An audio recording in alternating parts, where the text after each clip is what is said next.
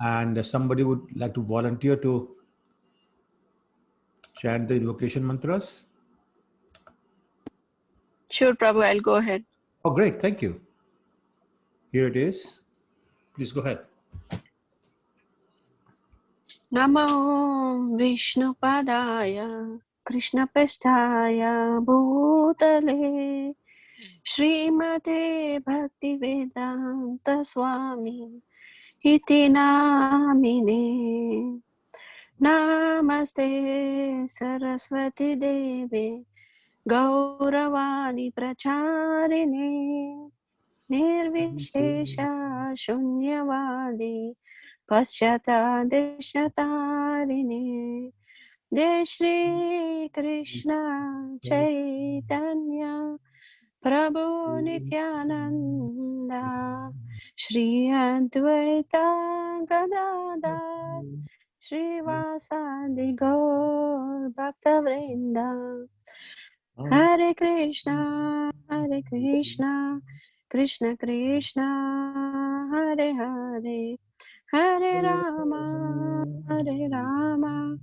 Rama Rama Hare Hare Vanchakalpaturbhasya kripa sindhobhya eva cha patitanam pavanebhyo vaishnavebhyo namo namo.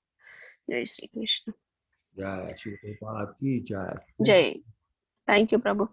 Okay, let's stop sharing.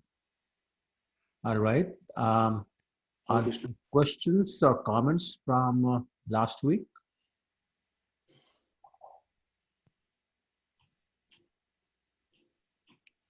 No? Okay. That's perfectly all right. So we'll get started with this week's class. And we are going to start Canto 10 very soon, like very, very soon. And so basically what I want to start with is that a simple point. Whenever Lord Krishna appears in the material world, he sends other people, devotees as well as not so much devotees, to play various, the role of various ancestors of his. And the last chapter in Canto 9 that we did last week, chapter 24, mentions some of them. So I'm going to basically mention those names that you are probably familiar with, so you can connect how they are connected to Lord Krishna. Because a lot of them are, one family, one large extended family. So Krishna, as you know, is also called Vrishni, because one of his ancestors was named Vrishni. And he's also known as Yadav. Does anyone know why he's called Yadav? Was it because he was born in that caste? I'm just guessing. No, actually, no. Close, but not quite. Dynasty. Dynasty, yes. He was born in Yadu dynasty. And he's also known as Yadav. And because Vrishni dynasty also, he's also known as Vrishni. Anyway, so Yadu's descendants were also Devak and Ugrasen. Ugrasen had actually 9 sons. But who was the most famous son of Ugrasen?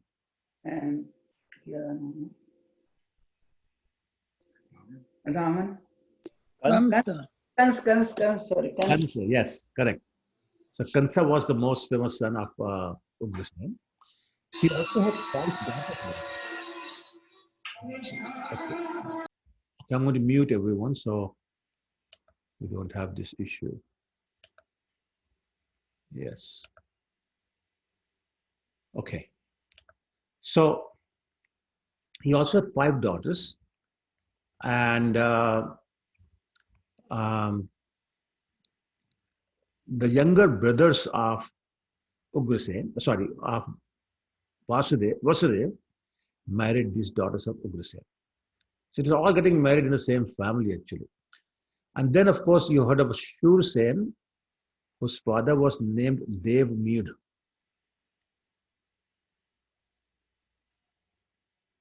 Devmid had actually married two girls. One was from a Kshatriya family, and the other one was from a Vaishya family. So for the Kshatriya family, the son that was born was known as Shursen. And the boy who was born from the Vaishya wife was known as Parjanya. And I'll come back to these two names very quickly. Shursen had 10 sons, of whom the most prominent was, who was the most famous son of Shursen?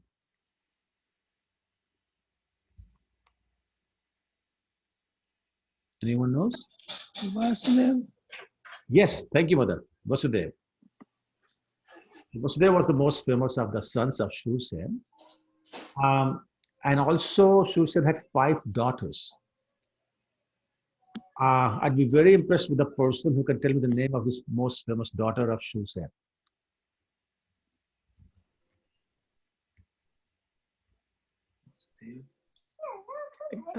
Kunti Maharani?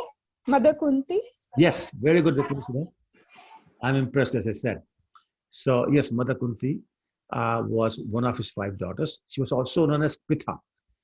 She got the name Kunti because Shursen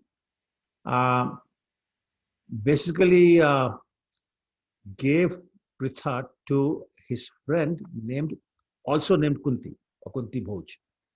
So she got the name Kunti from that. And you probably know the story how she got a benediction from Durvasa Muni, and she invoked the sun god and had a son by the name of Karna. Just out of curiosity, does anybody know how Karna got his name? It's a very esoterical story. Because of the kavachas he have, Prabhu, from the sun god? Not really. Try one more time. What does Karna mean? The word Karna. Pleasing nature, who does No. feel sorry. No. No? No, Karna means something different. Ears. Ears. Yes, very good. Sur. Karna means ears. So Karna got his Karna is- name ears because Kunti gave birth to him through her ear. Now, don't ask me how it works, but that's what happened, and that's why he got the name Karna. So anyway, so another famous character in Mahabharata. Then later on, Kunti was married to whom? Anybody? Arjun. Pandu Raja. Pandu, yes. Oh. Pandu. Now, Shursen, as I said, had 5 daughters. So one what we talked about, Pritha or Kunti. Second daughter, her name was Shrutadeva, who gave birth to Dantavakra. So again, I'm mentioning this one because Dantavakra comes very prominently in Krishna Leela, right? Has everyone heard the name Dantavakra? Yes. Okay, all right. So that was Dantavakra's mother. Another sister of Kunti, or the daughter of Shursen, you can say, her name was Shutrashava, who married the king of Chedi Desh by the name of Damghosha, and her son was Shishupal, who's also very famous in Krishna Leela. So I'm just mentioning those names whose name you have heard, so you can relate how they are connected. So basically, Dantavakra, Shishupal, they were all Krishna's cousins, Krishna's aunts, children. Coming back to Devak, the other son of the Yadu dynasty, he had 4 sons and 7 daughters. So who was the most famous daughter of Devak? Devki. Devki. Yes, mother. Thank you. Devki was the most famous daughter. And Vasudeva married all the 7 daughters, including Devaki, of course. And he married Rohini. Rohini was the daughter of King Bhalik, who was the older brother of Shantanu. Everybody know who Shantanu is? Yes, Prabhu. What was the most famous son of Shantanu? Bhishma. Bhishma. Devrat. Very good. Excellent. Bhishma, yes. Very good. Okay, so in the Brahma Vaivarta Puran, it is mentioned that Rohini is an incarnation of Kadru, who's the mother of all the serpents, and Lord Balaram, who's Sheshanag himself, came as a son of Mother Rohini. She had other sons also, quite a few. I don't know the exact number, but quite a few. And the most famous among them, other than Lord Balaram, was Gad, because Krishna is known as Gadagraja, older brother of Gad. So that's why he's famous. Anyway, Vasudeva had many other sons by his other wives, but the eighth son to appear from the womb of Devki was who? Krishna. Krishna, Supreme Personality of God, Godhead, Krishna. Okay, so I mean, I hope it's not confusing, but I want to mention these names because these are the names we hear throughout or in the 10th canto. So I just want to mention these names. And I know it becomes too much sometimes, but it's nice to at least know that they were all related to Lord Krishna. Actually, cousins, first cousins, on top of that. Anyway, this is what brings us to Canto 10. What is this 10th canto about? Anybody knows? What's the main Vrindavan theme? Leela. I'm sorry? No. Krishna. Vrindavan Leela. Okay, so what else is there? Krishna's birth. Krishna's Krishna's birth, yeah. childhood. Krishna's childhood. What else? Rasalila. Rasalila. Okay, what else? And Gopiya. Yeah, so basically entire, like Mathura Leela, Dwarka Leela, they're all in Canto 10. So Vrindavan Leela, Mathura Leela, Dwarka Leela, they're all in Canto 10. So it's all about Lord Krishna. It's probably not probably, I know for sure, this is the largest canto with 90 chapters of all the Bhagavatam sets. So it's going to take us more than a few weeks to cover the entire 10th canto.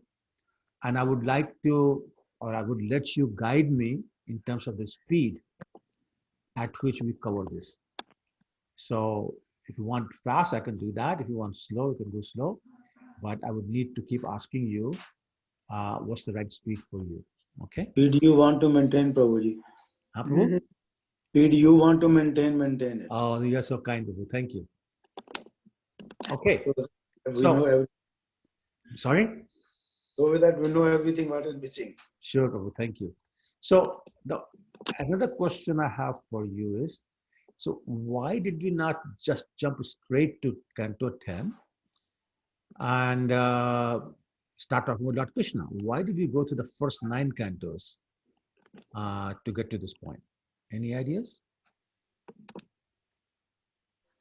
Prabhu, from what I understand is that the first 9 chapters is to bring you to that spiritual realization for you to really relish the Leelas in Canto 10.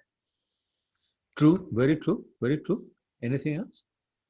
And there were other discussions about the other incarnations. And then Krishna, I mean, probably sequential order. Yeah, it's not quite sequential, but your point is valid. One is valid because we do need to learn about other incarnations. So light band kar. I'm Prabhu, sorry? also, sorry. Go ahead. I think the first 9 chapters are talking about Lord's devotees, you know. Am I right?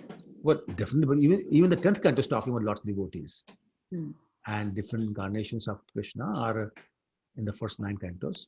So that all that is there, of course. Prabhuji, so this is about how we do the darshan of Krishna, right? Like starting from his feet. Very good, yes. Go ahead, Prabhu. Please tell us. Yeah, and then like slowly go, like starting from the feet to the face. Like that Correct. is what. Okay. Correct. Absolutely correct. So the first 2 cantos of Srimad Bhagavatam represent the 2 lotus feet of the Lord. Cantos 3 and 4 represent the thighs of the Lord. Canto 5 represents navel, 6 represents chest, and 7 and 8 cantos represent the arms of Lord Krishna. Canto 9 is representing the neck of Krishna, and then you come to the smiling face of Lord Krishna, which is Canto 10. And then forehead is Canto 11, and the crown of Krishna is Canto 12. So as you know, when we take darshan of the Lord in his deity form, we don't start with his face. Rather, we start at his lotus feet.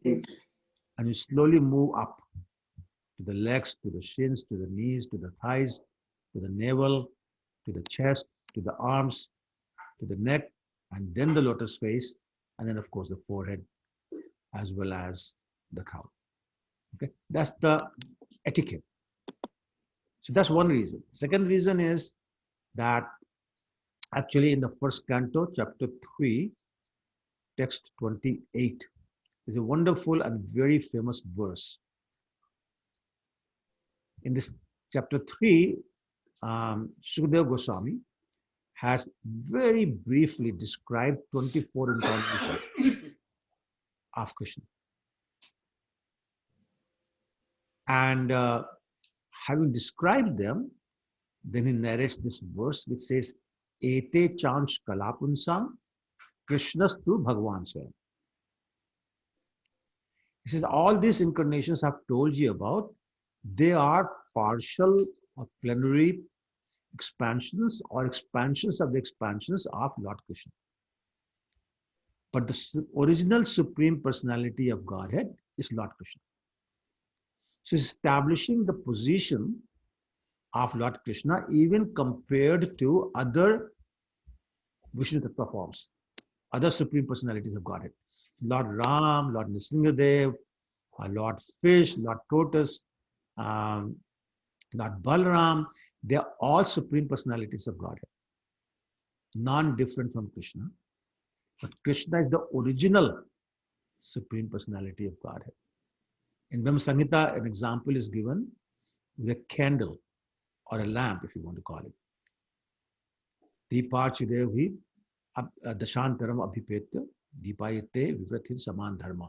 That you can take one lamp or one candle and light other 9 candles or lamps with it. All those candles or lamps are non-different from the original one, but original is still original. And that's the point here. Other incarnations of Krishna are non-different, but Krishna is still the source of all of them, which again establishes the supreme position of the Lord Krishna. In Chaitanya Charitamrita it says that Akala Ishwar Krishna are sab bhratya, which means only Krishna is the master, supreme master. Everyone else is a servant, including Lord Balaram, who is the first expansion of Lord Krishna. So once again, try to establish the position of Lord Krishna.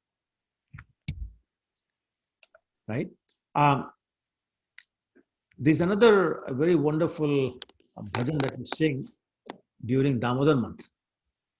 What's the Damodar Ashtakam? What's the first line?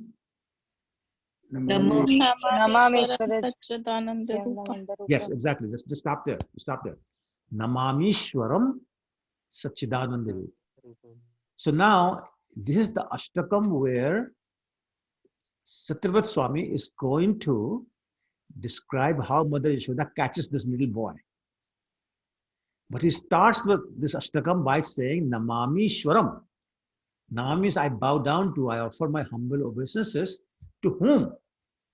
To the Supreme Personality of Godhead, Ishwar, who is Sachidananda Vigraha. Why is that? Why is that so important for Satyavrat Muni to do that? Well, let me put it this way. There are millions, if not billions, of little boys who get caught for doing some mischief and either beat up or punished by the mother. Every day it's happening thousands of times in different places. There's nothing special about that. But when a mother catches the Supreme Personality of Godhead, actually the original Supreme Personality of Godhead, and punishes him, it becomes a news item. And that's the point I'm trying to make. Krishna is the Supreme Personality of Godhead. So to start talking about him, we need to become qualified first. And the qualification is to become absolutely convinced that Krishna is the Supreme Personality of Godhead. Even the other Supreme Personalities of Godhead originate from him. And that's why to develop that degree of understanding and that degree of faith and that degree of cleansing and purification, we need to go to the first 9 cantos before we get to Canto 10. And that's the reason we spent the last 24 weeks or so going to the first 9 cantos and did not jump to Canto 10. But I look at all of you looking so effulgent and pure. I think we're all qualified now to go to Canto 10. Does anybody disagree? Okay, I'm just joking. Okay, thank you. All right, so let's go to Canto 10, which starts with the chapter entitled The Advent of Lord Krishna. So basically what happened was, by now, Shukdev Goswami has basically finished describing all these things. And lately he has been talking about the dynasty of Yadu and the dynasties of sun god, the moon god. In Hindi they say Chandravanshi, Suryavanshi. He's done. So now Maharaj Parikshit says, my dear sir, will you please describe now for me the activities of Lord Krishna? That Lord Krishna who appeared with Balaram in the Yadu dynasty, and please also tell me how Lord Krishna performed his activities within this world. Uh-oh. Can everyone please mute yourself? Okay.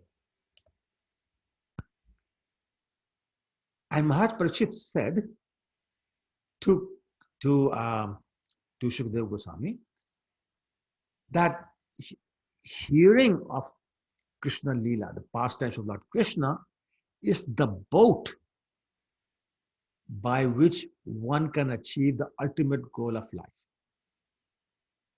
And then he makes a very interesting point. He says, unless you are an animal killer or you're following the policy of suicide, committing suicide,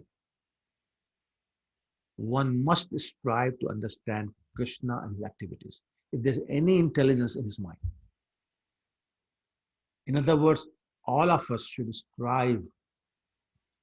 Does everyone understand the word strive? I mean, I don't want to test your English, but it's very important. The word strive has been used very deliberately here. What does it mean? Put in some effort? No problem, not some effort. All the effort. All the effort, great amount of effort. You know, very seriously and great amount of effort, and keep doing it. So that's where the word strive is used. So basically he's saying we must all strive to understand Krishna's pastimes. Okay. Anyway, Maharaj Parikshit also asked him to please describe the activities of his brother, Lord Balaram, the son of Rohini.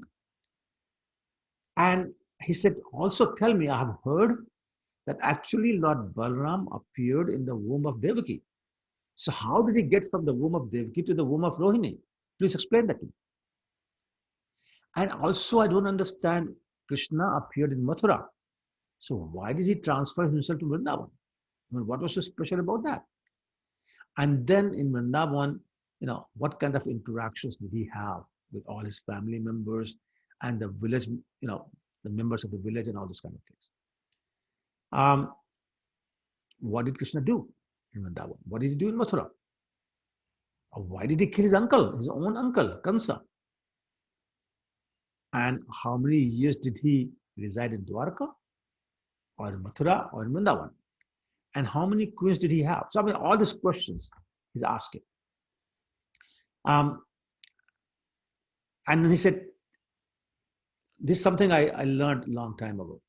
Actually, long time meaning 1974, when you may not know this, but there was a very famous Watergate affair with President Richard Nixon. And there were hearings going on. And there was a general by the name of Haig, Alexander Haig. He was answering all those questions that the senators were asking. And then he was done. But before he left, one of the senators, whose name I forget, I think it was Sam something. But anyway, he said, is there anything I have not asked you? And General Alexander Haig said, yes, you have not asked me about the tapes that contain the hidden recording by the president. And that alone opened up the entire investigation to the degree that nobody had imagined, and finally ended up in the resignation of President Nixon. So I always remember, whenever I talk to people, if I'm asking them questions, I always ask them at the end, is there something I didn't ask you? Is there something else I should know? So I guess the senator got it from Maharaj Parikshit, because Maharaj Parikshit said the same thing. If there's anything else I've not asked you about, please also describe that. Very smart person. Anyway, now, Parikshit Maharaj, this is, I think, this is the 7th day, I think now. I'm sorry, what am I saying? The 4th day of the 7-day period. And Maharaj Parikshit thought that, maybe Shukadeva Goswami is thinking that I'm thirsty, I'm hungry, I've been sitting here for these 4 days without moving at all. Haven't taken a bio break, haven't taken a drink break, haven't taken meals break, nothing. So he might be feeling some compassion for me, and he might want to take a break for my sake. So he quickly said, my dear sir, because I am drinking the nectar of the topics of Krishna, which is flowing from your lotus mouth, I have completely forgotten, about eating or drinking, and I feel no hunger, I feel no thirst. They cannot hinder me from this listening anyway. So please don't stop, don't pause, just keep going. Which of course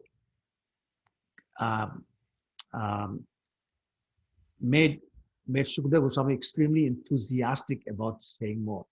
So those of you who have ever given a class, you know that if the audience is enthusiastic, the speaker's enthusiasm also increases significantly. But if the audience is sitting there half asleep or yawning or looking at the clock or this or that or whispering to each other, then all the enthusiasm the speaker is feeling basically leaves him.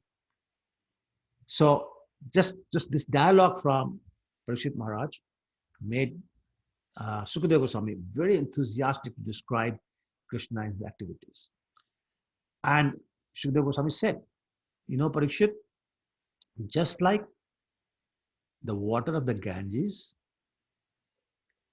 purifies the entire universe, the activities, I should say the description of the activities of Lord Krishna can purify the entire universe, including the speaker, the inquirer, and the audience. Very important. In any discourse, you have the speaker, you have the audience, and you have people who ask questions. They all become purified. So here, who's the speaker in this pasta that we're talking about? Shukadeva Goswami. Who's the inquirer? Anybody?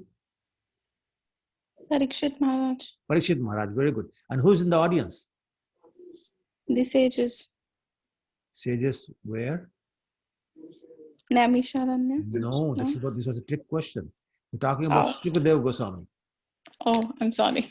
Right? So who was in So the audience? Prabhuji, I think in this assembly we have all the sages. I mean, everybody even from the upper planets have come. Correct, exactly. Right. Demigods, Narada Muni, Vyasadeva, so many other sages, they were all there. They were all there. So that was the audience. So he's saying everybody becomes purified. And if I can add, Prabhuji, I remember once, I think you only had told us that it's the similar assembly that had assembled when Bhishma Pitama was leaving the body, except the Krishna, Pandavas and all. Correct. So very similar. I mean, a lot of sages are common. Yes, that's correct. But also there were a lot of sages because they all heard that Bhishma Pitama is about to leave his body. So they all showed up. And they were listening. Okay. All right. Now let's pause for a second, because we're going to talk about pastimes of Krishna that probably most of us, if not all of us, have heard them all before. So I'm going to make I'll give an example of Rasagulla. If we like Rasagulla, we eat it many, many times in our life. And we don't refuse it when it is offered to us, right? Why? Because we just love the taste. Similarly, a child who's watching his favorite TV show, sometimes he doesn't even hear his mother calling him. And he considers the mother's calling him a disturbance to his enjoyment. So why am I saying all this? Point is, those who love Krishna, they never tire of listening to or narrating his pastimes. There's a very famous verse in Srimad Bhagavatam, Prahlad Maharaj saying, that ends with Punah Punascharvit Charvananam. He's talking about in the material world, people are doing the same thing again and again and again, even though there's no juice left, there's no taste left, but they keep doing it anyway. So that principle does not apply here. We can listen to Lord Krishna's pastimes millions of times and still get the nectar. Why? Because the amount of nectar in those pastimes is infinite. And the taste is unparalleled. So infinite supply of unparalleled taste of these pastimes never leaves the taste from our tongue, from our ears. Wherever we hear, we get that. Those pastimes are pure nectar to a pure devotee. And that is why actually in our history, Srimad Bhagavatam has been repeated so many times by different speakers. I'm not talking about modern day speakers. I'm talking about like Lord, what's his name? Lord Anantadev. I'm talking about Kumaras. I'm talking about Narada Muni, so on and so forth. Right?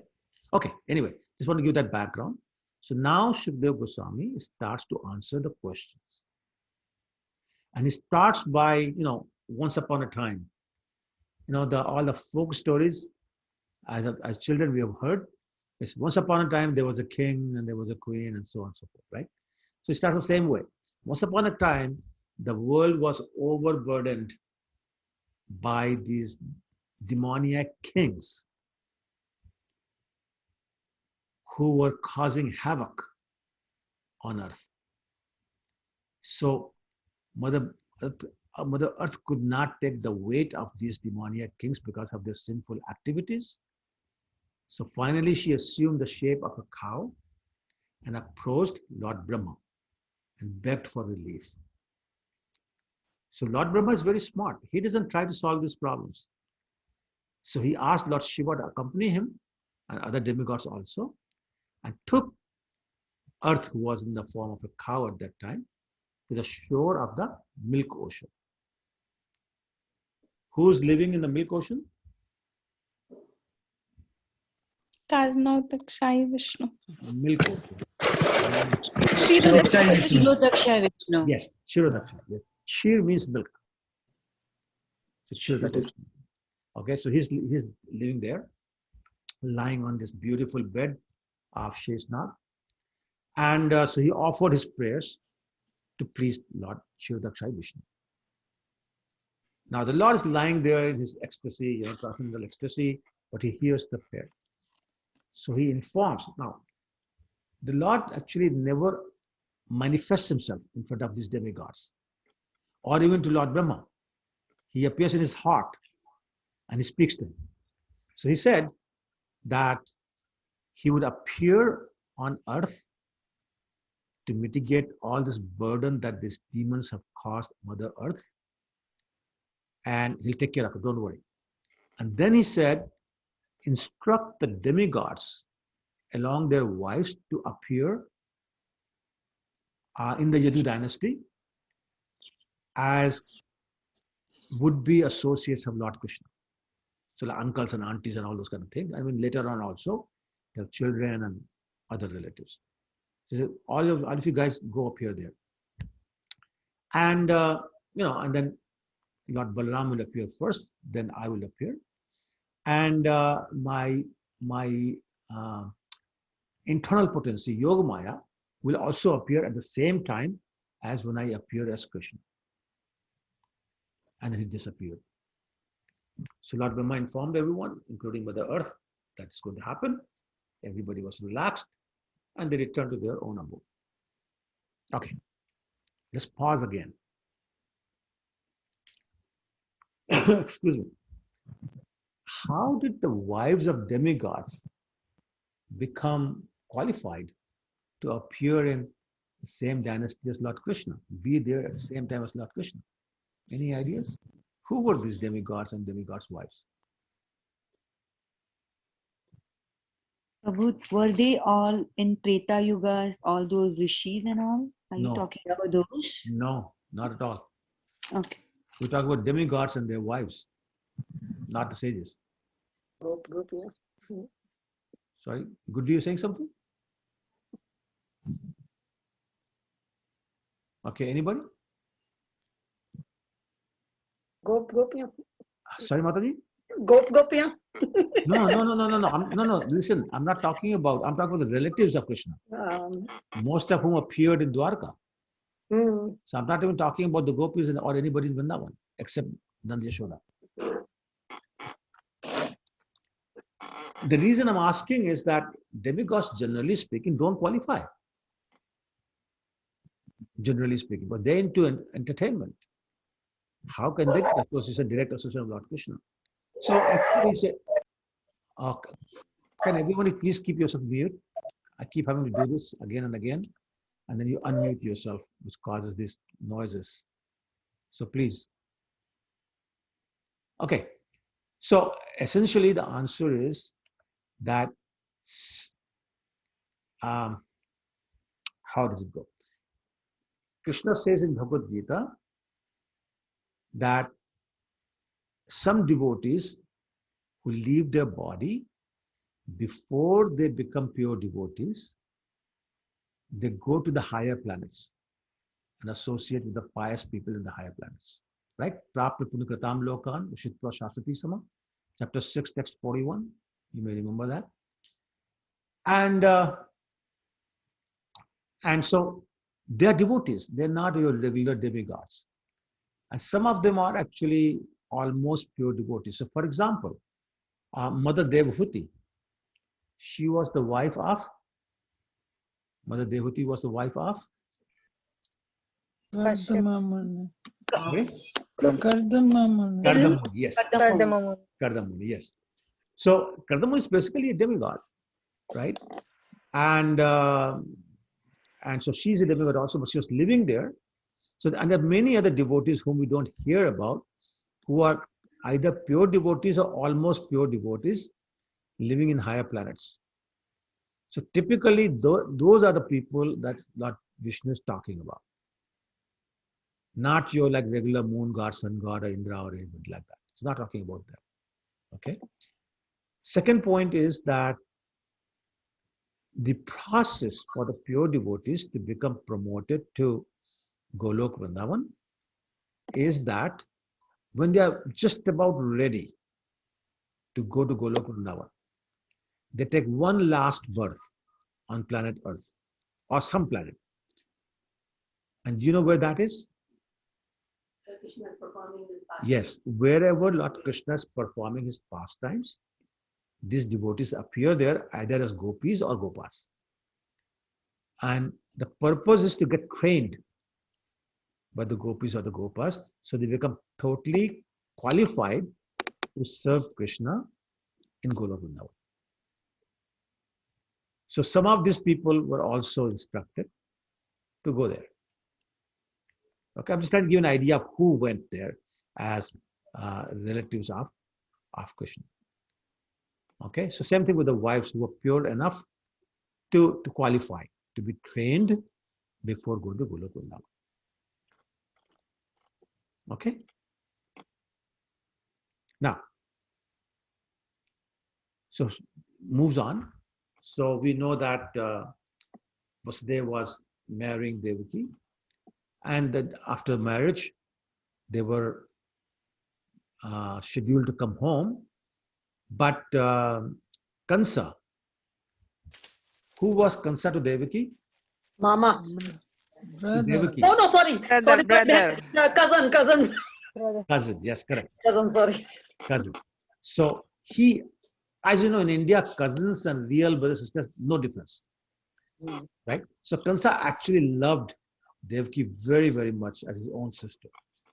So out of his affection, he offered to drive Vasudeva and Devaki to the home of Vasudeva from their home. From marriage ceremony to the home. Yes, go ahead. Prabhuji, I'm sorry to interrupt you. No, go ahead. But before you proceed, I have a question.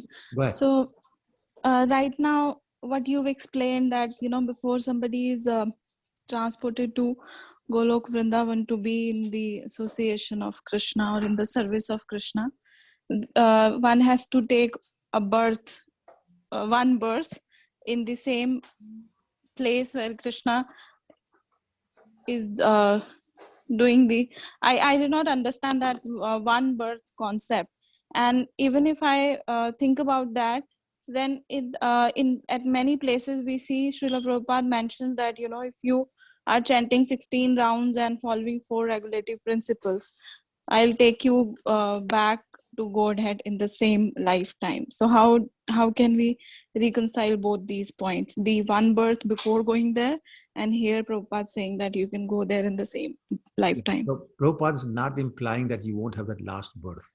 Yes, he'll take responsibility for taking you there. But that rule of having one more birth to be trained by the gopis and the gopas does not go away. So Prabhupada will let you take birth in wherever, because remember, where is Golok Vrindavan? Golok Vrindavan is wherever Lord Krishna is having his pastimes. So that's where you end up going. Before you go to the place, Golok Vrindavan in the spiritual world. But remember also, Krishna's pastimes are called Nitya Leela. What does it mean? They are happening. Always there. Always there. They are spontaneous. They're what? Sorry? Spontaneous. I don't know what that means in this context. They're always happening. Means always happening, yeah. Correct. Yeah. So they're always happening. So he's taken birth here, the next moment he's taking birth somewhere else. He's killing Putna here, next moment he's killing Putna somewhere else. So the point is, wherever he is, that's Golok Vrindavan. So Prabhupada will take you wherever that pastime is going on.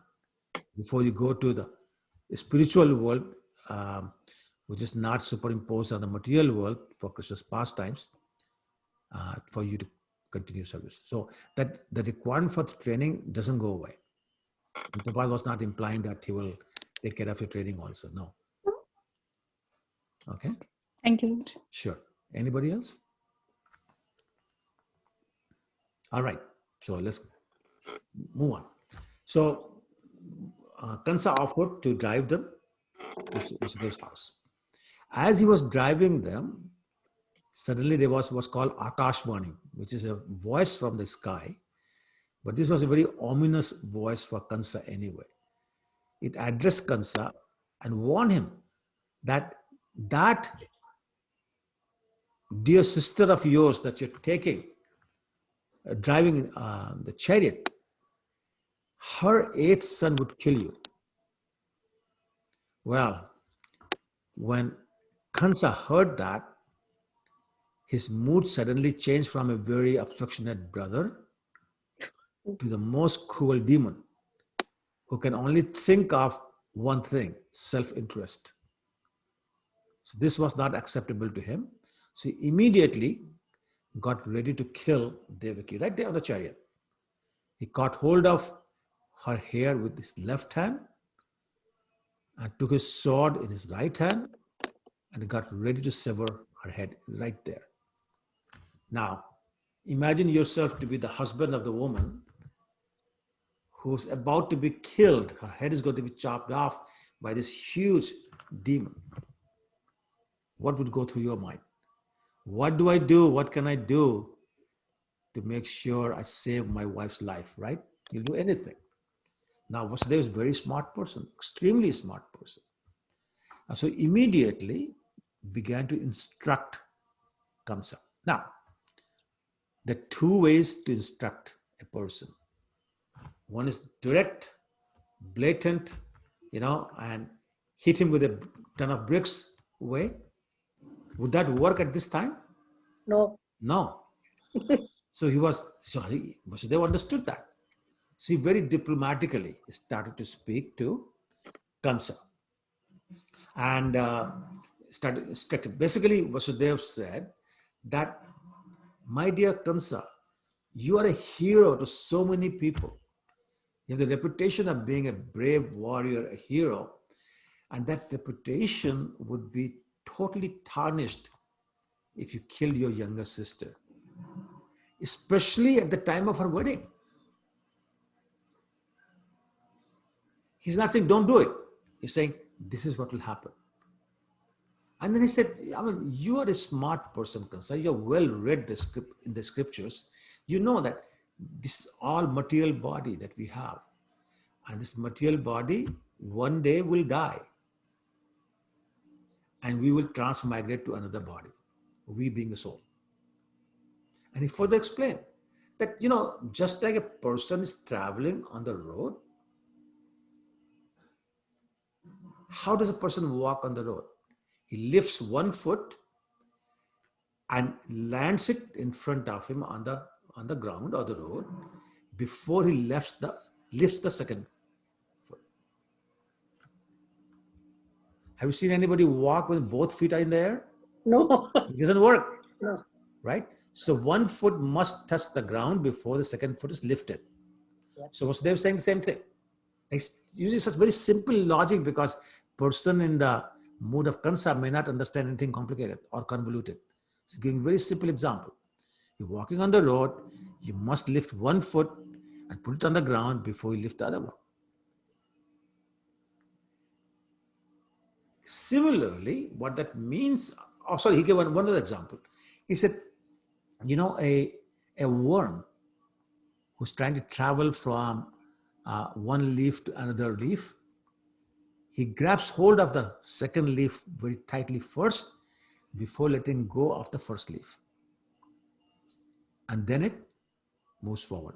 Because if he doesn't do that, he'll fall down. Right? So, similarly, he says the conditioned soul takes shelter of another body before giving up the one he has. We did that same thing in Bhagavad Gita also, that only when it's decided what body is the soul going to go to, does the soul leave current body. Vasudeva said, but unfortunately, if someone thinks, incorrectly, but thinks that they are the body, in other words, the soul is the body is the soul, and it starts to perform impious activities, then there are consequences, negative consequences in the life. So again, not saying don't do it, but it's implying not a good idea to do it.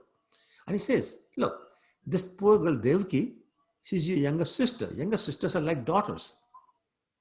So daughters deserve to be maintained with great amount of affection, not killed by the father. But diplomatic he may have been, he did not convince Kansa because he was more interested in saving his life than Devki's. So now Vasudeva had to have plan B. And plan B was based on the philosophy of what I call introduce a delay when something terrible like death becomes inevitable. If something really bad is going to happen, no matter what you do, you can't stop it, and see if you can delay it. And in that context, I want to tell you a story. Garuda. Most of you have, sorry, Mataji? Garuda, like the Garuda did in the case of Rama. He just made delayed that he should go like Rama got killed. Jatayu. He made the Jatayu. Jatayu, sorry, Jatayu. Yes, correct. Same idea. Same idea. So Jatayu also, as Mataji is referring to, delayed Ravan long enough so that the next muhurta that's not good for Ravan starts before Ravan is able to proceed. So exactly same idea, Mataji. So the story that I was going to tell was about Shah of Iran. So this was a very famous person in the 70s. He was the king of Iran, known as Shah of Iran. He had a horse which is white, pure white in color, and very, very good breed and very strong, very fast horse. The king loved him, loved the horse very much. Anyway, in his kingdom, 3 people got caught for committing some crime, and they were given the death sentence by guillotine. Everybody knows what guillotine is?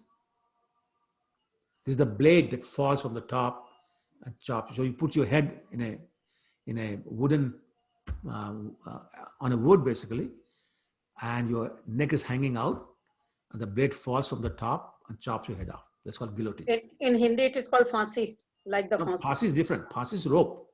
Okay. This is blade. Blade actually chops your head off. It falls from the top, and so they're supposed to die with the guillotine. So first person passed, and the king said, I'm going to watch this because it's very important. So he was sitting there.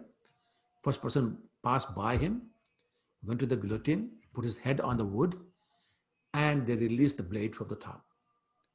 But there was something wrong with the, I'm sorry. No, I screwed up the story. Let me rewind. So those 3 people were paraded in front of the king, the Shah. One person passed by, second person passed by, third person stopped in front of Shah. He said, my dear Shah, may I please say something to you? He said, okay, sure, you're going to die anyways. Go ahead. He said, my dear Shah, if you release me, don't kill me now, I will make your horse, that favorite horse of yours, fly, actually fly in the air. And Shah was intrigued. He said, okay, I'll give you 5 years to make it happen. If you make him fly, wonderful. If you fail to make him fly, I'll kill you then. And he said, okay, no problem. The other 2 guys turned to this guy and says, you're a bloody fool. He says, why? He said, you know you can never make the horse fly. He said, yeah, I know. I know it, and you know it, and everybody else knows that I cannot make the horse fly. But you are going to die today, and I got 5 years. Or who knows? The Shah may die. Yep. He may get dethroned. Or who knows? I may actually be able to make the horse fly. But I have 5 years now. So the same thing. Vasudeva is now desperately trying to introduce some kind of a delay so that Kansa does not immediately kill Devki. So Vasudeva thought, if I promise to deliver all my sons to Kansa as soon as they are born, I can save Devki's life at least for now. And we'll see later what happens. Maybe Kansa will die before my sons take birth. Or maybe one of my sons kill him, just like the prophecy just said. So he offered it to Kansa. He said, my dear Kansa, I will bring all my children as soon as they're born to you, and you may kill them. So therefore, there's no need for you to kill Devaki now. But somehow it made sense to Kansa. And he accepted the proposal. But he also accepted, this is a point that I want to make, that Vasudeva had a reputation for always keeping his word. He never went back on his word. He never lied to people. And that gave him the credibility with Kansa, who said, fine, I believe you. So Kansa let both Devki and Vasudeva go home, did not kill. And sure, as you know, in due course of time, Devki gave birth to a child. And the day the child was born, Vasudeva brought the newborn baby to Kansa and gave it to him. My dear Kansa, as promised, I'm bringing it here for you to kill. Now you can imagine, even Kansa was moved by this magnanimous, action by Vasudeva. I was totally like awestruck. How can a father do this? So, having taken the baby from Vasudeva's hand, Kansa is now thinking, and actually showing some degree of, smarts. He's saying, the prophecy was that I will be killed by your 8th child. So why should I kill the first one? Saying this, he returned the baby to Vasudeva and said, you're free to take the child back home. Sure, Vasudeva took it right away and turned around and started walking, but he knew that Kansa is a greedy person and he has no character, no self-control, but above all, his bad association. So he said, he knew in his heart he cannot trust Kansa's word, but he wasn't going to say no. He started walking home. Later on, Narada Muni showed up at Kansa's place. I said, Kansa, what are you doing? You don't know that all these demigods are appearing in the Yadu dynasty now, Yadu and Vrishni dynasty, and they're all conspiring to kill you. Therefore, you don't know which child would be your killer. And he showed him the example of a lotus flower with 8 petals. And he said, which one is number 1 and which one is number 8? It depends upon where you start. If you start counting 1 from here, then 8 is over there. If you start counting from here, the 8 is over here. So you don't know. And you also don't know which one is Vishnu. So any one of them may kill you. So therefore, you must kill all the children of Vasudeva and Devaki. Well, that convinced Kansa. And true to what Vasudeva had thought, he called both Vasudeva and Devaki back and actually put them in prison. Took the first child, killed him, and there were 5 more children born, one after the other, and he killed them all. Because he thought any one of them could be Vishnu. Now, Narada had also informed Kansa that in his previous life, Kansa was a demon by the name of, who knows? Who was Kansa in previous life? Kal maybe? Kal Nemi, yes, very good. Thank you. He was Kal Nemi, and who was killed by Vishnu at that time. And therefore, Kansa became a great enemy to all the descendants of the Yadu dynasty. And he did not take any chances. He said, my own father is Yadu dynasty. So he arrested his own father, Ugrasen. And he said, I am the enjoyer, I am the king. I want to do it alone.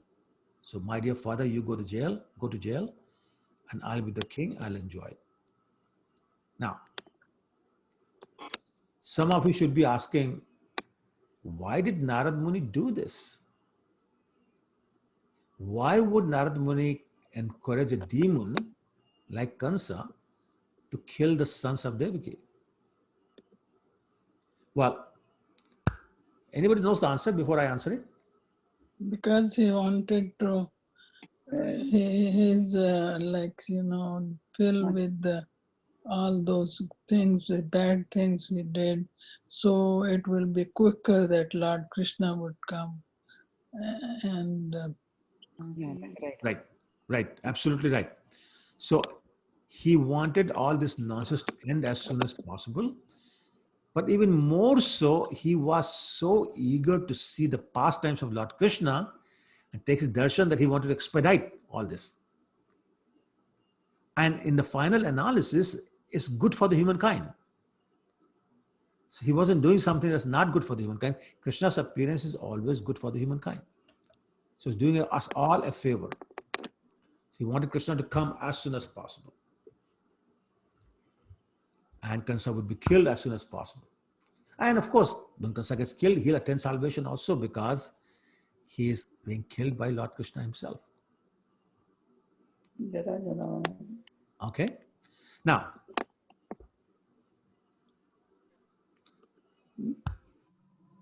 sometimes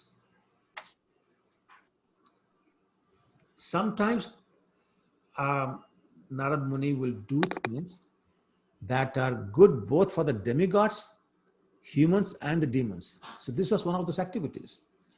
Because the sooner the demons get killed by Lord Krishna, the sooner they get delivered from their asuric life. So it's good for them. And of course, it's good for the human beings and good for the demigods because they're constantly being harassed by the demons. So the demons are killed, then they're going to start enjoying their life sooner. So those are the reasons. Okay. I'm going to pause and see if there are any questions or comments before I proceed.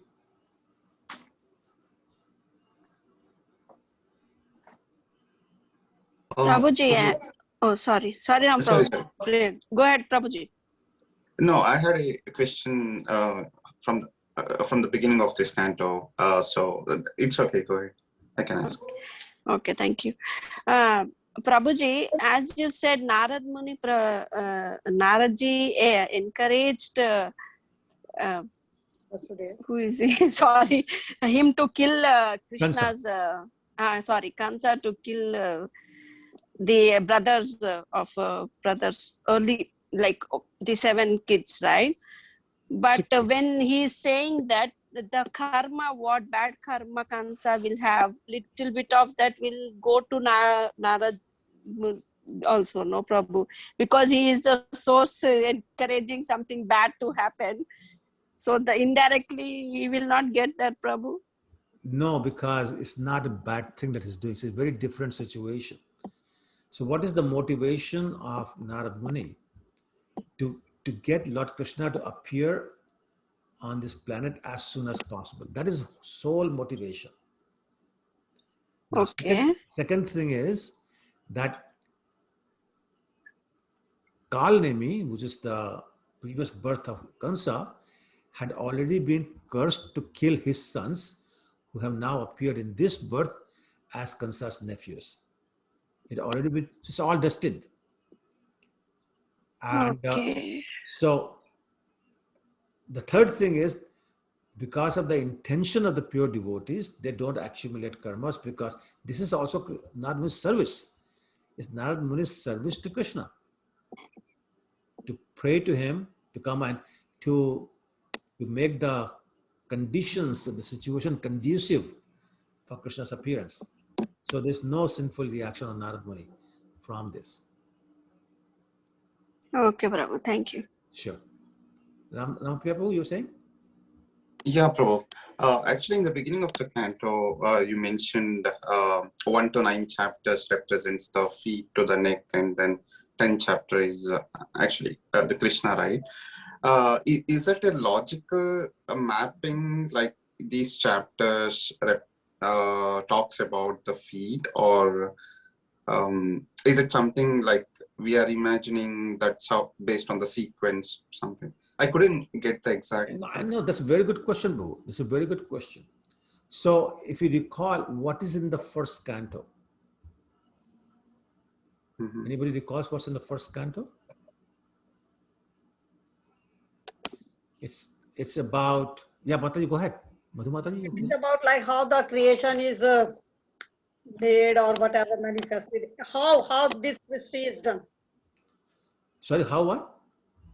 How this manifestation is done, started, how this... Actually, it goes even before that. Brahma. Right? It goes Brahma even before. creation. It goes even before that.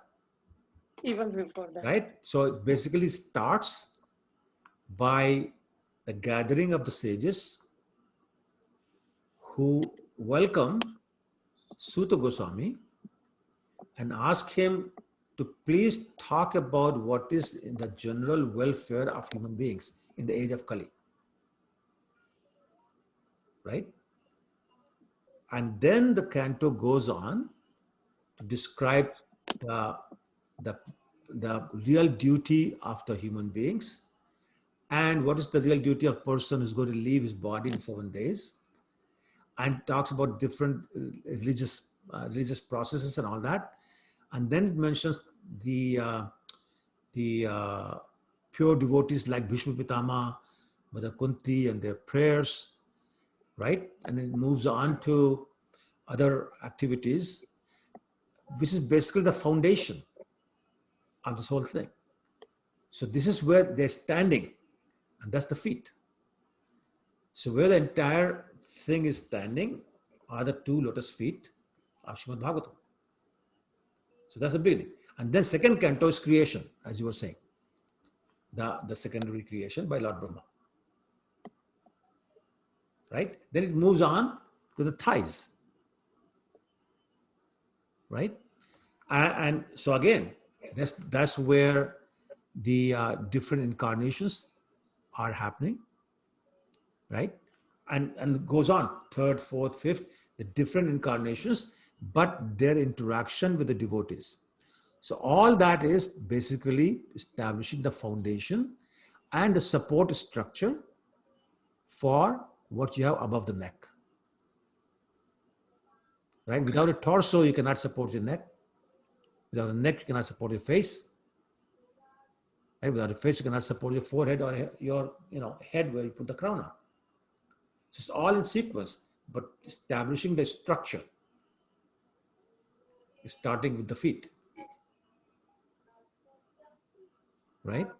So if we don't understand the foundation, you cannot understand the higher concepts.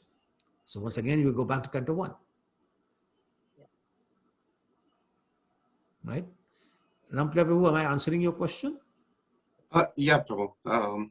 Yeah, I was just trying to understand the mapping. Yeah. Thank you, Prabhu. Yeah, there's no math in that 2 equals Ram, 3 equals Krishna, nothing like that. It's just the sequence in which they described, and the logic behind that. Okay. Thank you. Sure. Anybody else? Okay, then I'll move to the second chapter, which is now the demigods have heard that Lord Krishna is about to appear in the womb of Mother Devki. So what happens then? So what happened was that after killing the first child, Kansa started to consult his associates. Does anybody know who his father-in-law was? Kansa's father-in-law. Jarasan. Very good, Jarasan. His 2 daughters, Asti and Prapti, were married to Kansa. And then he had all these demoniac friends that were killed later on, like Pralambasur, Bhakasur, Chanur, Mushtik, Trinavart, Aghasur, all these people. They were his associates. And they advised him to start harassing the members of the Yadu dynasty. So they started their process, and they were so much harassed that all these kings in the Yadu dynasty, they basically left home and scattered all over different states of the country. And some, like Akrura, actually stayed with Kansa as Kansa's friends. But their logic was that Krishna is going to appear. If I stay here, I get to see the pastimes of Krishna. If I go away, I miss that. So people like Akrura actually stayed as Kansa's friends. So after Kansa had killed the 6 sons of Devki, who are collectively known as Shadgarbhas, Shadgarbhas, then Lord Anantadev entered Devki's womb. And as you know, by the order of Lord Krishna, Yog Maya transferred the child from the womb of Mother Devki to the womb of Mother Rohini. Rohini. Yes. And the Lord said that, okay, he said to Yogamaya, okay, now I'm going to appear in the womb of Mother Devki and in the womb of Mother Yashoda. And I want you to also take birth from the womb of Mother Yashoda at the same time as I appear in the womb of Mother Yashoda. So basically that makes the Yogamaya as Krishna's sister because they were born from the same womb. Yeah. Right? Subhadrama.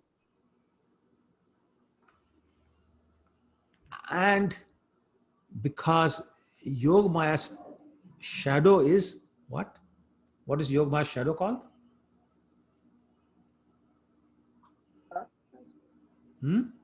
Durga. Durga, yes. Mahamaya or Durga. Right? So, and as you know, Yogamaya later became Durga when went to Mathura, and Kansa tried to kill her, and then whole story will get to later on.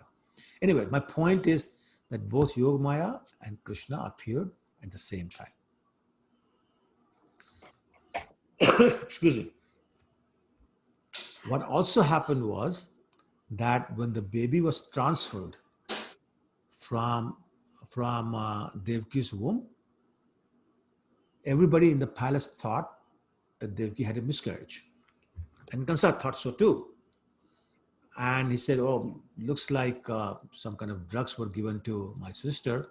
That's why she aborted. But anyway, it is what it is. But basically, the real story is described by Vishwanath Chakravarti. He says, what happened was that after Yogamaya attracted the child of Devaki into the womb of Rohini, in the 7th month of Rohini's pregnancy. So what happened was that at midnight, while Rohini was sleeping very deep sleep, she experienced as if in a dream that she was having a miscarriage.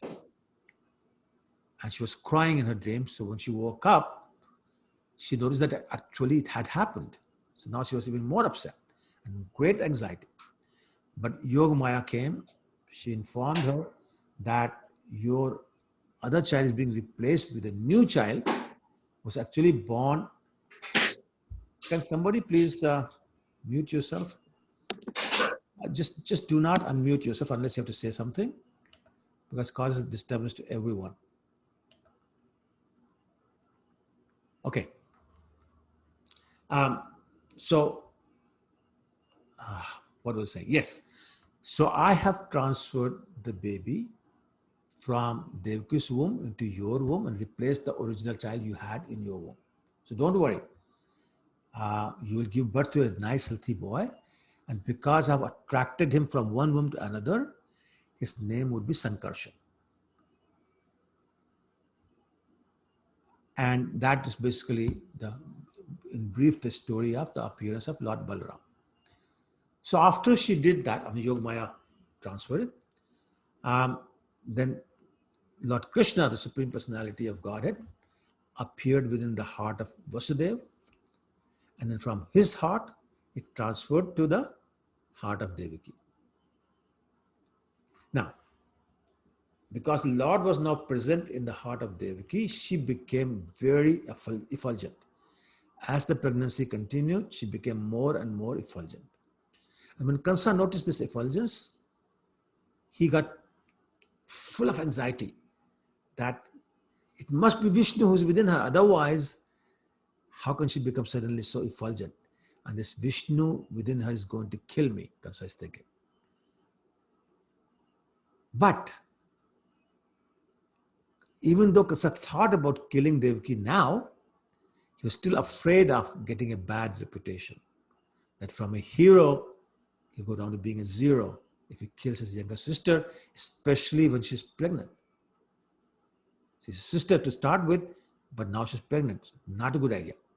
So deliberating in this way, Kansa, even though he was absolutely determined to continue his, inimical feelings towards Vishnu, the Supreme Personality of Godhead, he refrained from killing his sister Devki.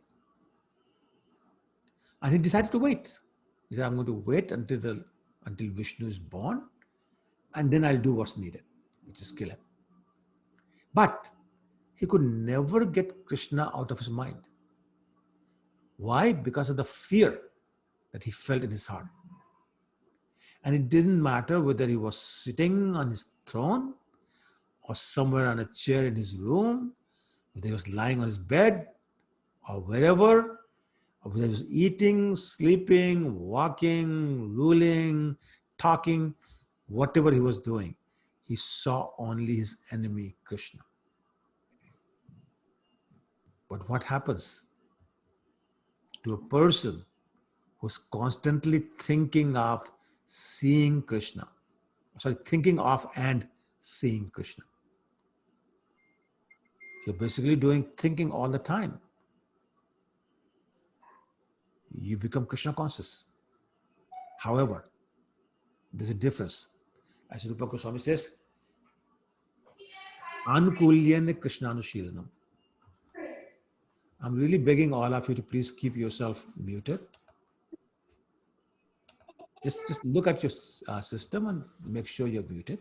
Please, thank you.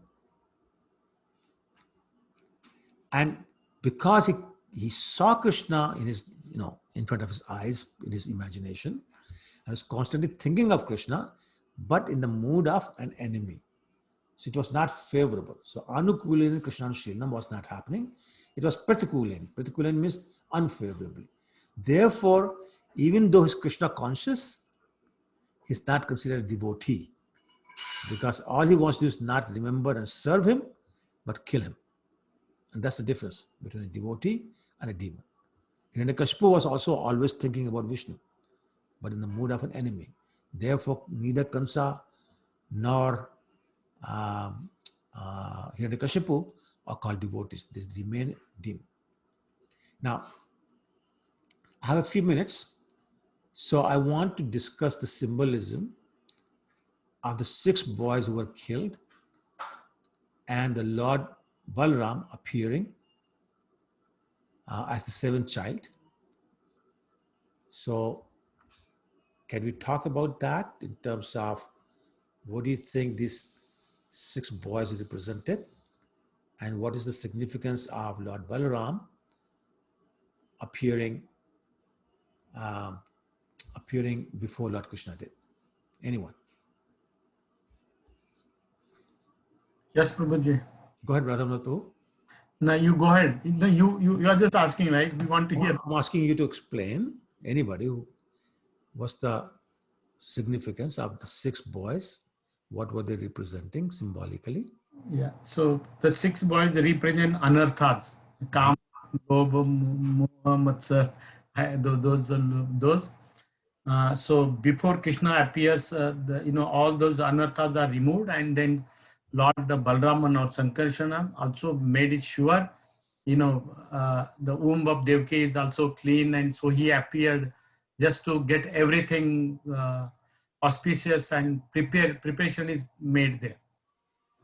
So what role is Lord Balaram playing here? He is always serving Krishna. No. And in this part also he serves Krishna to keep the womb of Devki clean and make a preparation for auspicious arrival of Lord Krishna. Okay, so let's go back. Prabhuji, is Sonam, it go ahead. Sonam, go ahead. is it that Lord Balaram he appears as the Guru Tattva who comes into our life and then guides us to the path of Krishna consciousness? Exactly. Original Guru. Yeah. So the 6 anarthas first have to be removed from our heart before anything happens. I'm really begging everyone to please keep yourself muted. Do not unmute yourself unless you have to speak, and then mute back, please. Thank you.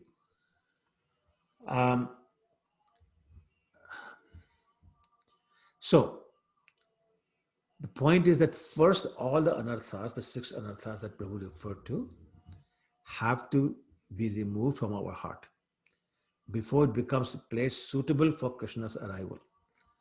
But simple removal of the anarthas is not enough. Something else has to be done. And that something else is done by the Guru. So now, what are the two weapons that Lord Balaram carries? Anybody? Huh? Mace.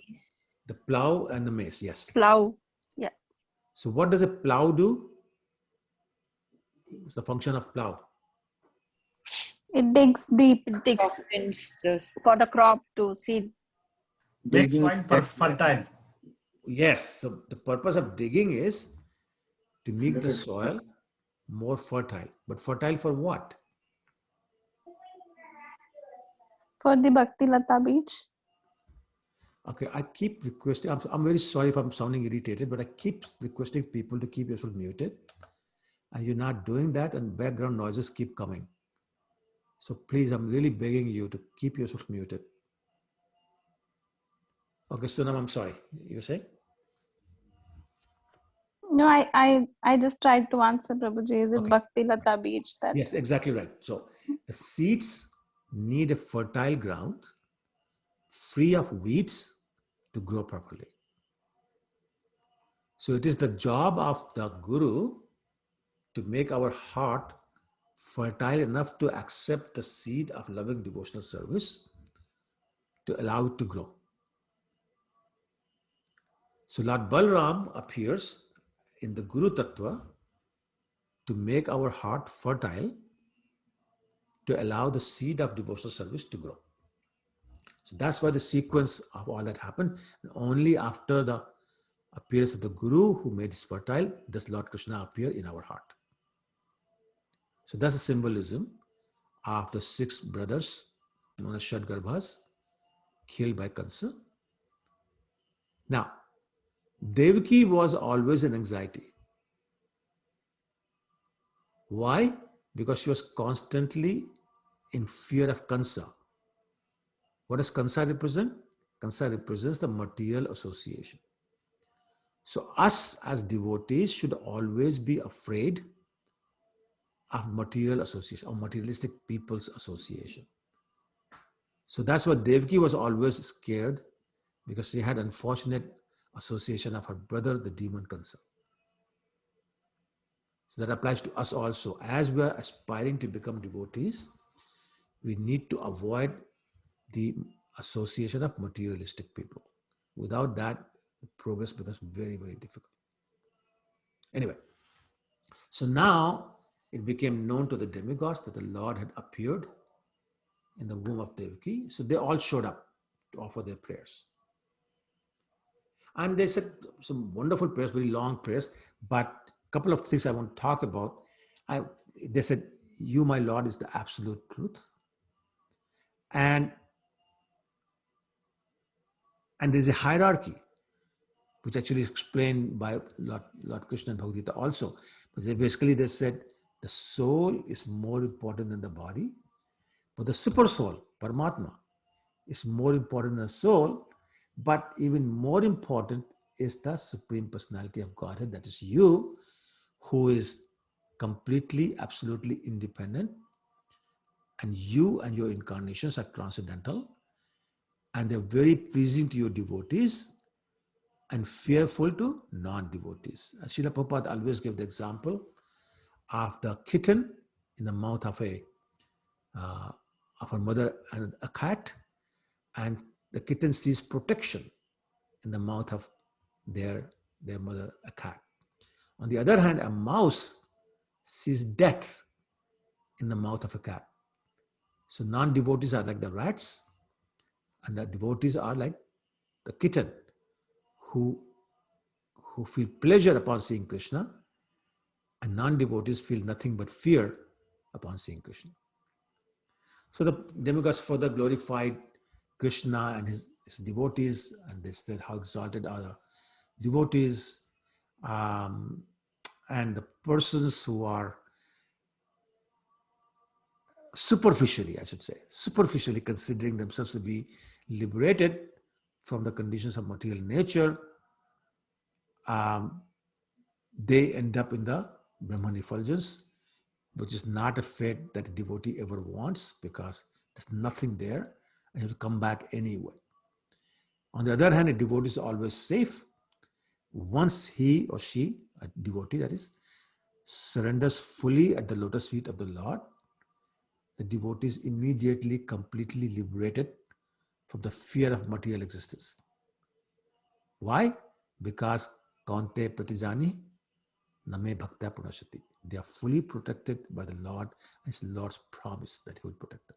Ma Shucha. Am Tam Sura Papebhyo Mokshishami Ma Shucha.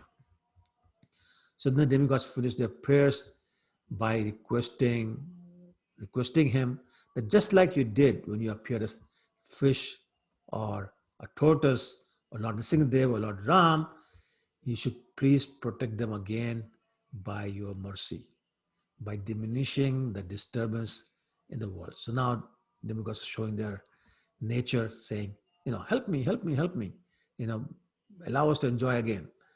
And then they offer their respectful obeisances to the Lord and to Mother Devaki, and they went back to their abode. It is Siddham. Om Tat Sat. Setyu. That's it for the first 2 chapters of 10th Canto. And we have 2 minutes before the regular time. Are there any questions or comments or corrections or something? I hope I didn't upset anybody by repeating my request to mute yourself. And some people are still not doing it, but I'm sorry, I didn't mean to get so irritated. Prabhu, I have Hare a Krishna, question. Prabhuji. I'm sorry? Go ahead, Prabhu. You go first. No, go ahead. Mataji, go ahead. Thank you, Prabhuji. So, Prabhuji, I just have one question. In the beginning, you said Chaitanya Mahaprabhu said something about, Krishna is the only master, we all are servant. What was that phrase? What was that shloka? Yeah, it says, can you turn your video on, please, Pansi? Sure, just a second, Prabhuji. Thank you. Sure. He said, Akala Ishwar Krishna are Sabhubhratya. Means only Krishna is the supreme master. Everyone else is a servant, including the supreme personalities of Godhead. So, for example, Lord Balaram, he's always serving Krishna in 10 different ways. Anybody knows how Lord Balaram is serving Krishna? He becomes everything for him. His Like paraphernalia, okay. His bed, everything, any mridanga, kartalas for entertainment, everything he turns into. Okay, so yeah, the answer is correct, but I'm looking for some more examples. So you said bed and paraphernalia. What else? Specific. His shoes, his flute, umbrella. His umbrella. Yes. Right. Yes. Anybody else? Krishna also expands himself as the Dham. No, actually that's Balaram. I'm sorry, Balaram. Balramji. I'm sorry. Yeah, correct. That's correct. But also becomes sacred thread. He becomes his house, his crown. So anything you can imagine. And when it's all said and done, whatever is left, he does that also. So that's he calls Sheshnag. So which includes the glorification of Krishna, is constantly glorifying Krishna. And everybody else is an expansion of Lord Balaram, including Lord Narayan. And all the way down to Lord Vishnu and other expansions of Lord Vishnu. So they're all, in a way, they are servant gods. Krishna is the only non-servant God. And even the supreme personalities of Godhead actually start to miss the association of Krishna, which we know from the story of the Brahmin in Dwarka, whose children were dying as soon as they were born. And Arjuna promised to protect them, could not keep his promise. So he had said, if I can't protect them, I'll kill myself by entering into a fire. So Arjuna started to make the pyre to enter because he could not save. Lord Krishna came and said, no, don't do that. Let me take you to a place where you understand why it was happening. I took Arjuna in his very body to, where did he take him? Anybody? To Yampuri. No, not even close. Mahavishnu. Mahavishnu, yes. Karan ocean, the causal ocean, where Lord Mahavishnu resides. They were received by Mahavishnu, and Mahavishnu said, "My dear Lord Krishna, I had been missing you so much, it's been so long. I simply wanted your darshan. And that's why I did the pastime of stealing the children of this Brahmana. So you will come." So my point is that yes, other Supreme Personality of Godhead start to miss Krishna, and everybody's serving Krishna. It's all Krishna's desire by which he appears in different incarnations. Okay, and Sonam has just sent a note. It's Chaitanya Charitamrita Adi Leela, chapter 5, text 142. Thank you very much. Thank you very much, Prabhuji. Sure. Thank you. Okay, any other questions? Prabhuji, when Krishna was born right away, he was bluish in color, or he became, that color came later? I mean, I don't think I've read any place where it talks about it, but my assumption has always been that is how he was born, in blue complexion. But if you know anything different, tell me. Have you read something? No, I'm just like, and another thing, why did he choose that color again, Prabhu, Shama Varna? Well, he can choose any color he wants, right? Yeah, but why he chose this? Because one of my students asked me and I don't know. So the answer is he can choose whatever color he wants. If he had chosen red, he would have said, why did he choose red? If he had chosen yellow, he would have said, why did he choose yellow? He had to choose something, right? And it is a very beautiful color. It's a very, very beautiful color. So he chose that. Best color in his mind. There's no other philosophical or analytical reason for this. Prabhuji, isn't that Shyam Sundar his original form, like original, like it says, the color of the cloud, that's his original? Correct. It says that, yes. But her question was, right at birth or later? I don't know. I'm assuming it's right at birth, but it doesn't say anywhere. It doesn't talk about changing the color. So I thought maybe she had read somewhere. So she wants to bring it up. But Krishna will look handsome in any color. Absolutely. Absolutely, yes.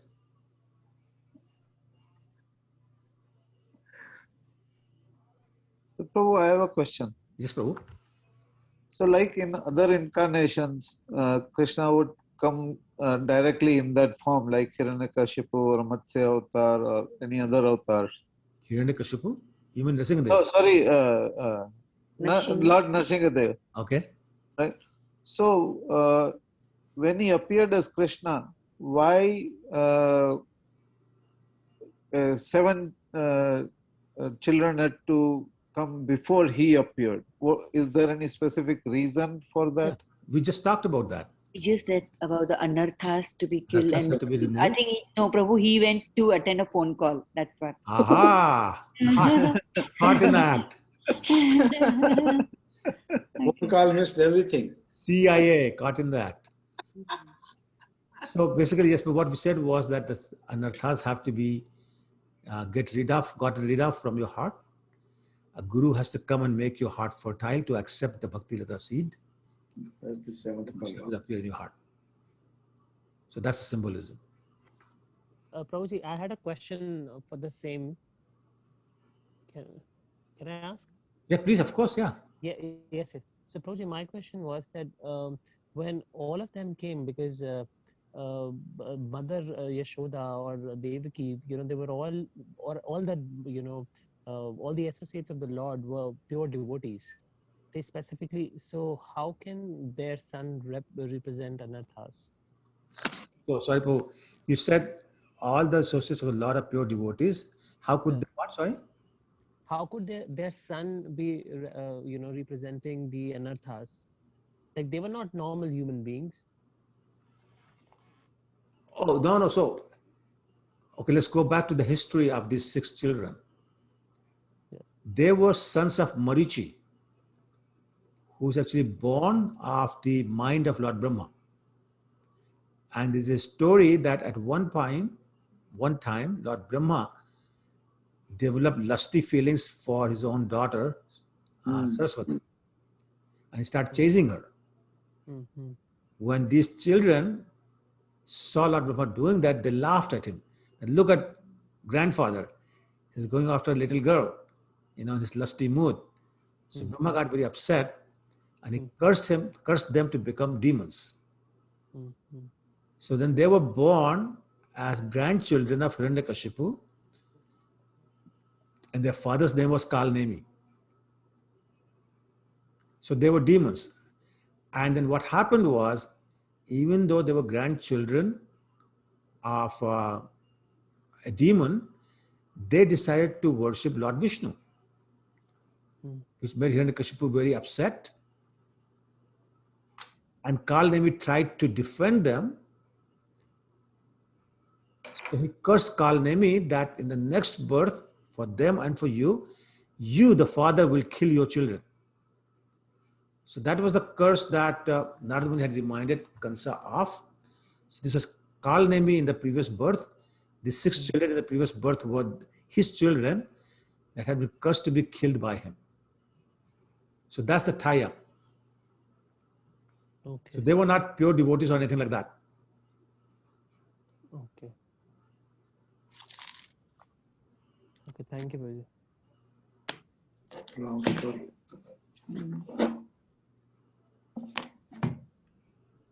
Okay, anyone else? And Prabhuji, one more thing. When you go mentioned ahead. that, a lot of family members of the Yadu dynasty, they all went to the different places before, because there was so much of maybe Kansa was giving them so much of bad time or hard time there, so they went. But then we also read that all the family members of the Yadu dynasty, majorly all of them, were the demigods who specifically appeared just to take the darshan of the Lord initially, or those were all the associates of the Lord that were born in the Yadu dynasty. So, like, who went away then from? So I'm having some difficulty understanding. Can you come closer to your microphone? Okay. Prabhuji, you mentioned that when Kansa was giving hard time to a lot of people in the Yadu dynasty, a lot of them had gone to different places. Correct. But we also read that all the members of the Yadu dynasty were associates of Lord that appeared before Lord, or they were demigods who were preparing for the Lord. So who went away to the different places? So, sorry, what was the last part? So what? So who went to the different? So who went away? Yeah. You said a lot of family members went away to different places? I mean, I don't know which particular demigod they were in the previous life, but some of them went away from Kansa, right? But after Kansa was killed, they came back, right? So I'm still not sure I've understood your question. So maybe I'm not answering it, but like the point is they went away temporarily. And after Kansa was killed, when Krishna was almost 11 years old, then they came back. And then later on, everybody was transferred to Dwarka. Remember the whole story? Yeah. Right. So that's basically what happened. Okay. Yeah. Okay. Anything else? Okay. Prabhuji, I have one question. Nandkumar Prabhu, please go ahead. So on the hierarchy of like soul, body, and super soul, whatever you are talking, right? So super soul is different from the supreme personality. Is that true? I don't know. I was thinking super soul and supreme personality is same, or Paramatma and Krishna is same. Am I wrong? This is, remember the philosophy of simultaneously different and non-different.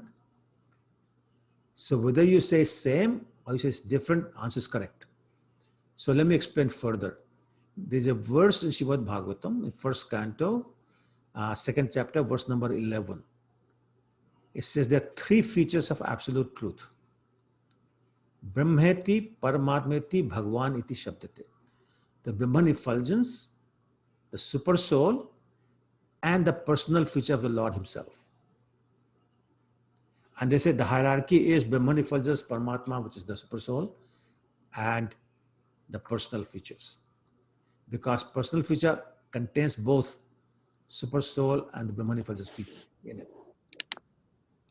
So the impersonalists, their goal is to get out of the material world and merge in the Brahman effulgence, which is not something the devotees want because there's nothing to do there. There's no service to Krishna.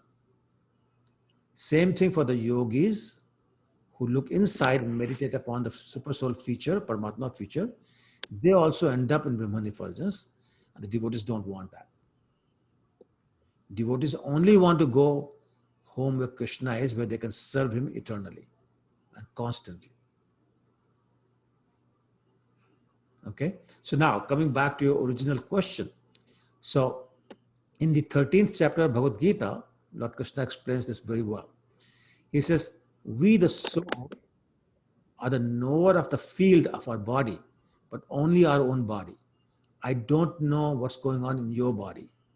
I don't know what's happening in your body. But you do.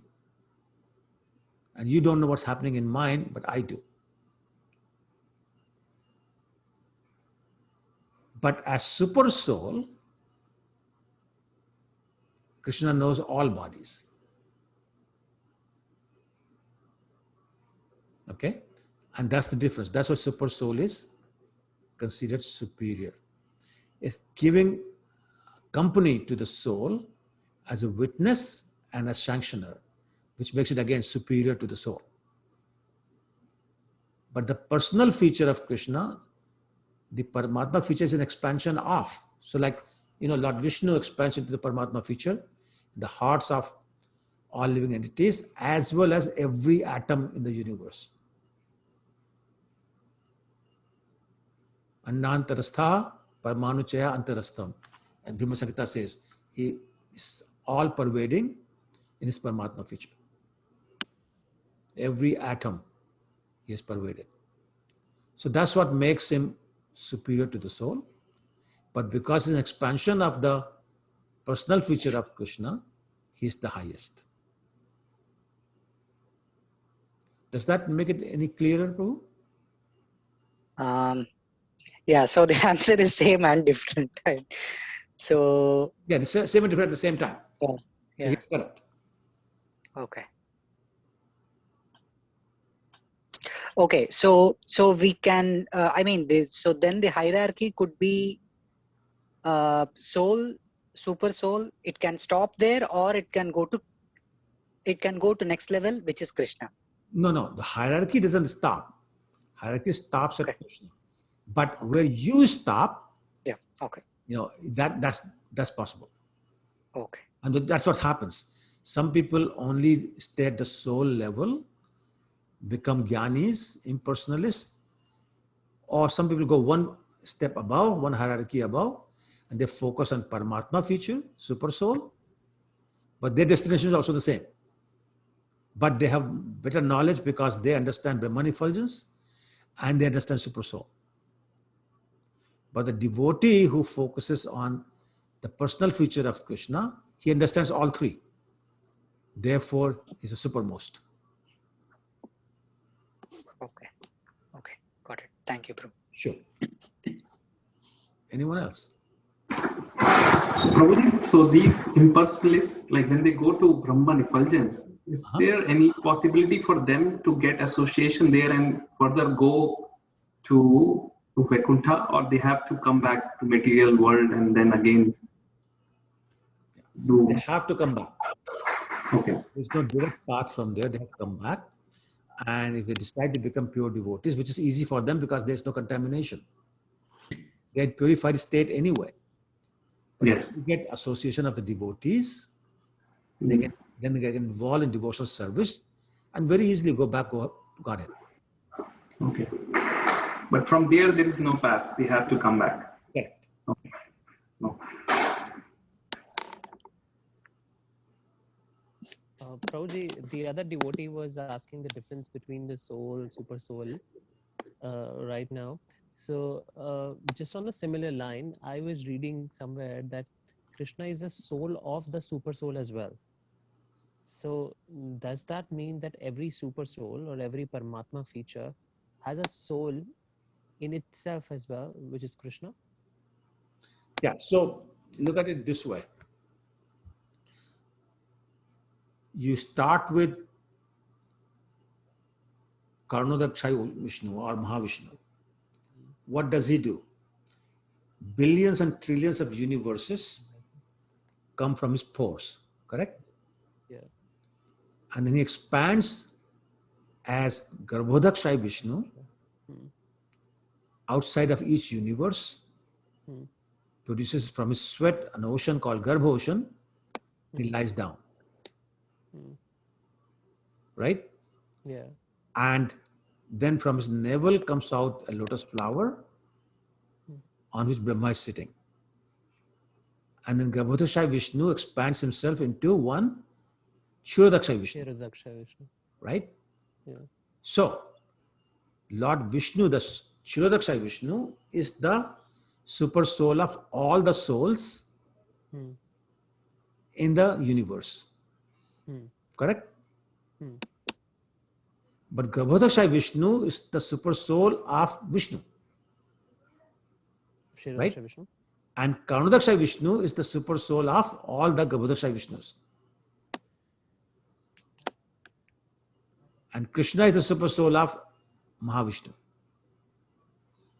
Right? So this, it just goes up like that. Oh, okay. Okay.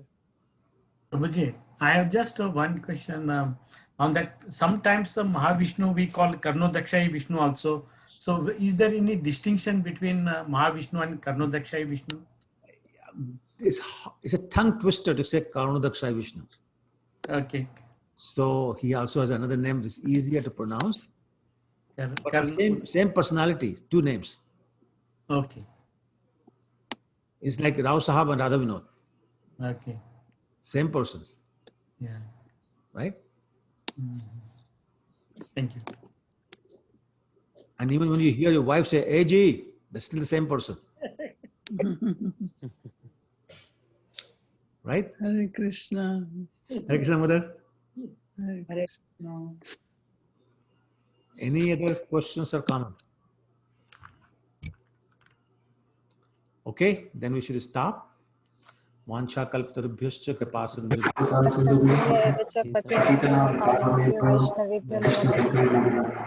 Srila Prabhupada ki jai. Thank you so Thank much, you very much, Prabhuji. Prabhuji. Thank you, Prabhu. Thank you. Thank you, Hare Krishna. Hare Krishna. Thank you so much. Thank you. Thank you. Hare Krishna. Hare Krishna. Hare Krishna. Hare Krishna. Hare Krishna. Thank you, Prabhu. Thank you. Hare Krishna, Prabhu. Thank you. Thank you.